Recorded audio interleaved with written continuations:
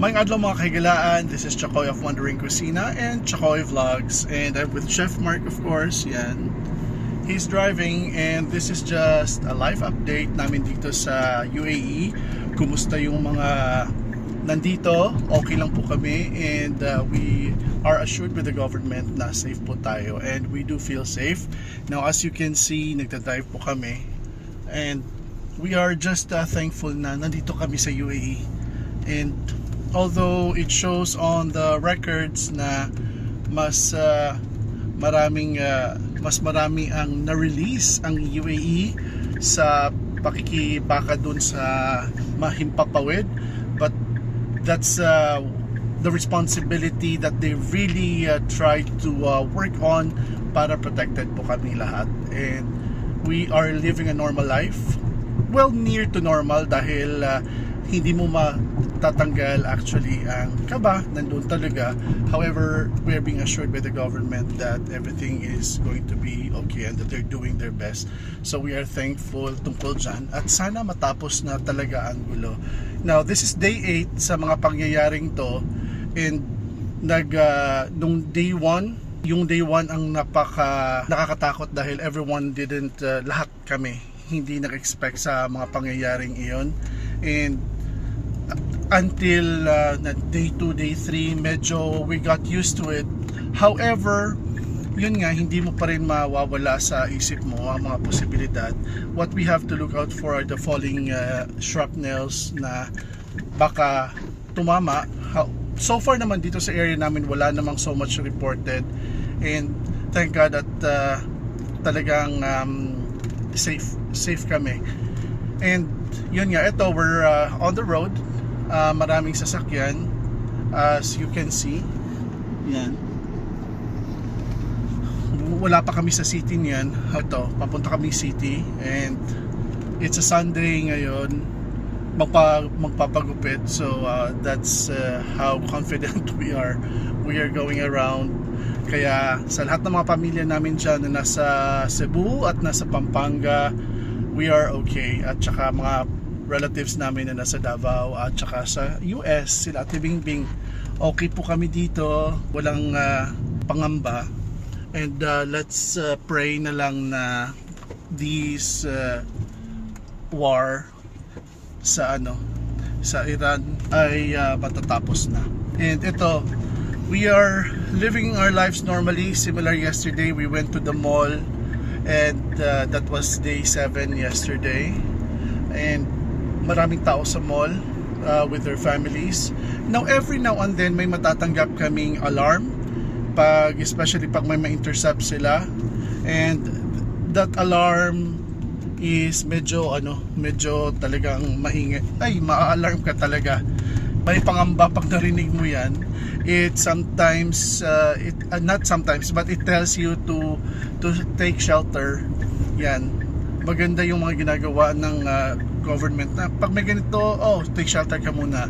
Tapos pag okay na, safe na, magme-message naman sila ng sweet magme-message naman sila na sweet na everything's okay, they're doing their work, and it should go back to normal na. Nakakatuwa. So maraming salamat sa UAE, sa leadership ninyo, at saka sa pagprotekta ninyo sa amin na mga residents dito sa UAE.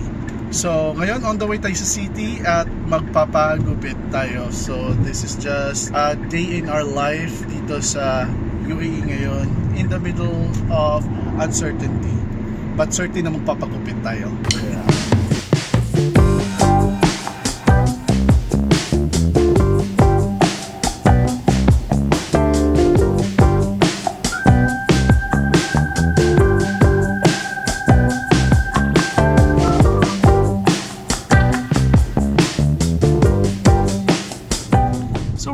Abu Dhabi City. Yes, malapit na kami sa destination namin para sa gupitan.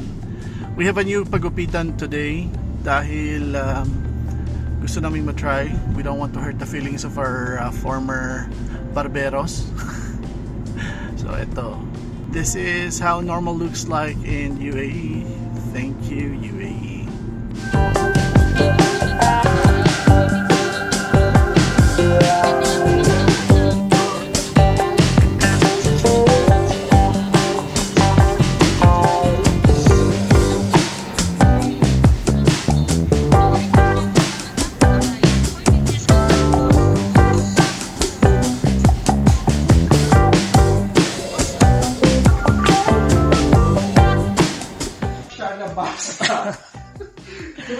kasi pag binaskat ko masyado tumpod-pod, Yeah. mukha kang natipos. Pag masyado naman French cup, masyado siyang mahaba. Pag mga atis, Ito yun. ayan yan. No? Ito yun. Ayan, kapag middle, na pag-usapan natin. Hello? Si Alondra. Si Alondra na walang malay. Yeah. So, normal. This is how I look now.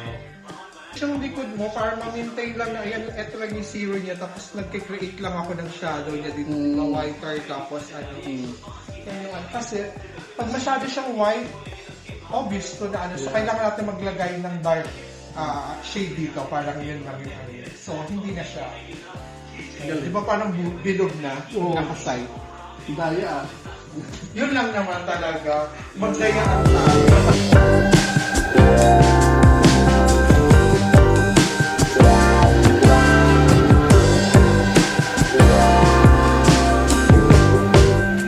So this is how I look like, and we are here just sa city at nagpagupit kami dito sa Smart and Handsome Gent Salon.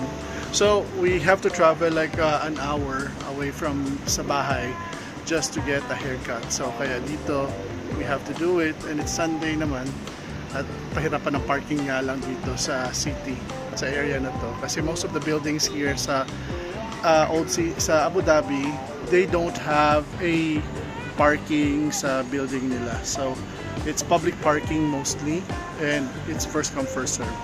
So, eto. Si Chef Mark naman ang napapagupit ngayon. Yan siya. So, if you're asking kung saan tong banda tong salon na to, siya lang yung nag-iisang Filipino first of all na nagugupit dito. And then, dito to sa likod, sa may Hamdan area, sa likod ng bandang Crispy Chicken. Gupit Pogi! Yeah. Fresh na naman! Yan. So we're heading home. Napagupit lang. Adi, may sasaglitin muna tayo. And then we'll go home. See you guys! So just letting everyone know that we're safe here sa UAE. So this is a day in our life vlog sa Wandering Kusina. So walang luto muna ngayon. And thank you very much for watching. Ako si Chakoy and si Mark. Stay cool, stay safe, stay blessed, and peace guys. Thank you.